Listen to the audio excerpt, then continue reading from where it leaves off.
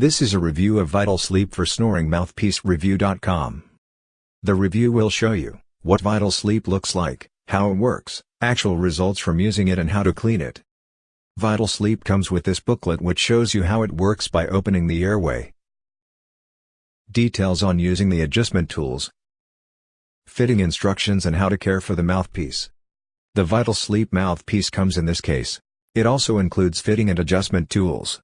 Using the adjustment tool, you turn a screw clockwise on each side of the device to bring the lower half of the mouthpiece forward. Moving the jaw forward helps to open the airway. You can do this incrementally over time until your snoring stops.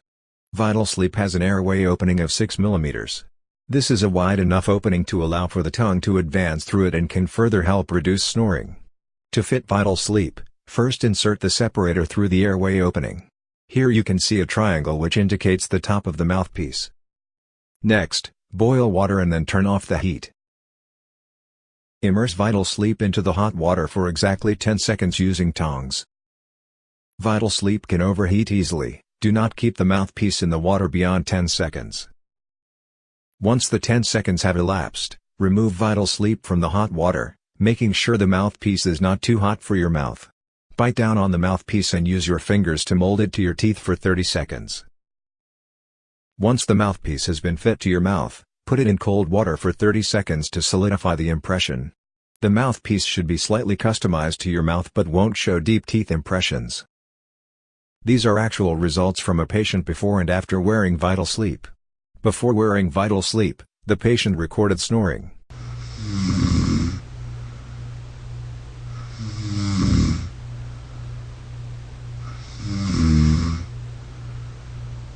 These are results from the same patient after wearing VitalSleep for 2 nights.